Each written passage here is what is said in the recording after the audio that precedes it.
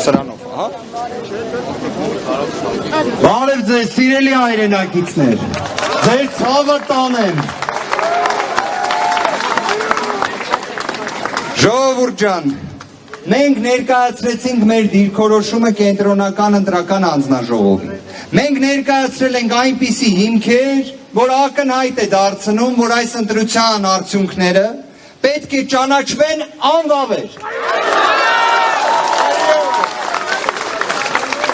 Մենք վերջին օրերին տեսանք նաև, թե ինչ գործողություններ էին կատարվել, ընտրություններին մասնակցած, ժողովրդի կողմից ձայներ ստացած Բարգավաճ Հայաստան կուսակցության դեպքում եւ ակնհայտ էր, որ այդ մասով պետք է լինի վերաքվեարկություն ու ասեմ, ստեղ սևը սպիտակով գրված է օրենքի մեջ, վերաքվեարկությունը պետք է լինի, բայց թույլ տվեք, անեմ այն կանխատեսումը նաև ձեր ներկայությամբ, որը արել եմ հենց համապատասխան նիստերի դահլիճում, իրենք դա չեն անելու, իրենք վերաքվեարկություն չեն անելու, վերաքվեարկություն անելու համար պետք է լինի անկախ այդ մարմինը։ Այս օրերի ընթացքում բազմաթիվ կարծիքները ներկայացվել են, նույնիսկ դատական ակտ կա, որ ասում է պետք է անեն վերաքվեարկություն։ Ես չեմ հավատում, որ իրենք դա անելու են։ Իհարկե, մի ժամ սպասենք ժողովուրդ ջան, կարծում եմ այդքանը բավարար է, իրենք պետք է վերջնական որոշումը իրենց կայացնեն։ Եթե Հայաստանի Հանրապետությունում այսպես օրենքի տրամաբանությունը գործում է, վերաքվեարկությունը պետք է լինի։ Բայց քանի որ այդ վերաքվեարկությունը իրենց համար ցանկալի չէ, իսկ մենք հասկանում ենք, որ Հայաստանում այս ապօրինությունների մասշտաբը, ժողովրդավարության սկզբունքի նսեմացումը գնալով ավելի մեծ մասշտաբ է ստանում, այդ կանխատեսումը կատարել եմ։ Թող ես սխալված լինեմ։ Ամենայն ազնվությամբ, թող ես սխալվածը լինեմ։ Միաժամանակ ժողովուրդ ջան, շատ կարևոր մի արձանագրում։ Նախորդ ընտրությունների պայմաններում ես չեմ հիշում, որ հանրությունը իր վերաբերմունքը, այդ թվում նաև հենց կենտրոնական ընտրական հանձնաժողովի մոտ արտահայտի։ Ամրեք դուք ժողովուրդ ջան։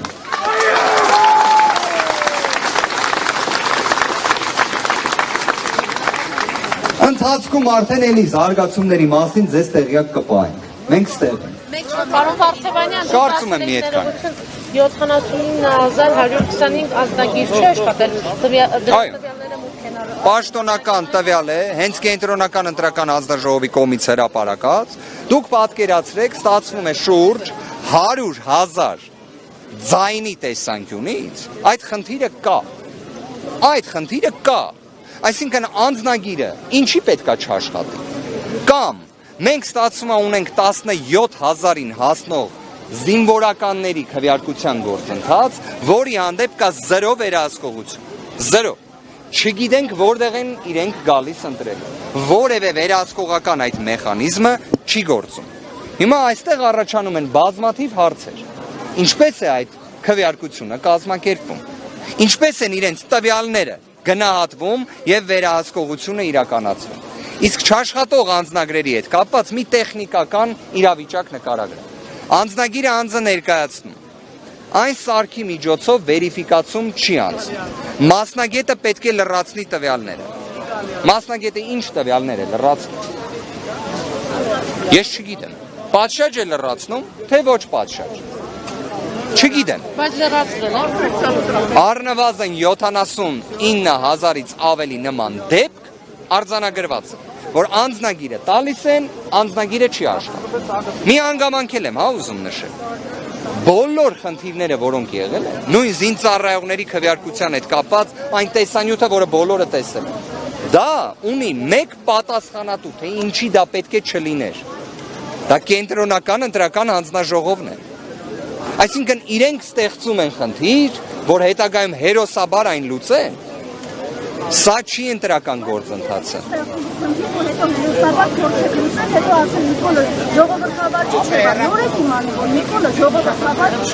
Այսինքն խնդիրները չարձանագրենք, Անի ջան։ Եթե խնդիրները այնպիսինն են, եթե դուք պատկերացնեք հետևյալ կերպ, եթե այդ խնդիրների մի մասը մեր կողմից, մեր գործընկերների, մեր վստահված անձանց, դիտորդների կողմից չարձանագրվեր, հիմա այսօր ոչ թե 40 էջից բաղկացած դիմում էր ներկայացված լինելու անվավեր ճանաչելու վերաբերյալ, կամ Տիկին Մելոյանը ոչ թե, չգիտեմ, 50-ից ավելի խախտումներն էր այսպես սելեկտիվ ուղղակի ներկայացնելու, այլ կլիներ 1000-ը։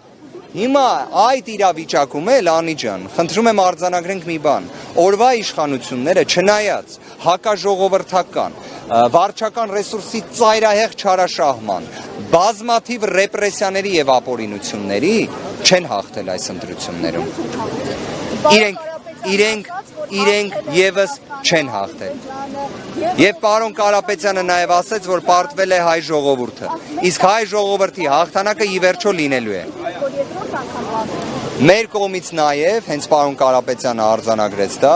մենք նաև ներկայացնելու ենք դիրքորոշում, նույն սահմանադրական դատարանում քննության ենթակա հարցը, նույն երկրորդ փուլի։ Իդեպ պարոն Կարապետյանը շատ լավ բանաձև էր առաջարկել։ Այդքան վստահ են իրենց ուժերի վրա, բայց ինչն է խնդիրը։ Ինչևէ, գործընկերներ, ցավով եմ ասում, բայց սա մի բավականին տհաճ process է, բայց սա մյուս կողմից, կարծում եմ նաև մեր հանրության համար անհրաժեշտ գործընթաց է։ Այն նույն հանրության, որին վախեցնում, ահաբեկում էին նրանով, որ սեպտեմբերին պատերազմ կլինի, եթե մի ուժ սահմանադրական մեծամասնություն չստանա, հետագայում շատ արագ ասեցին, որ էլ այդ խնդիրը չկա։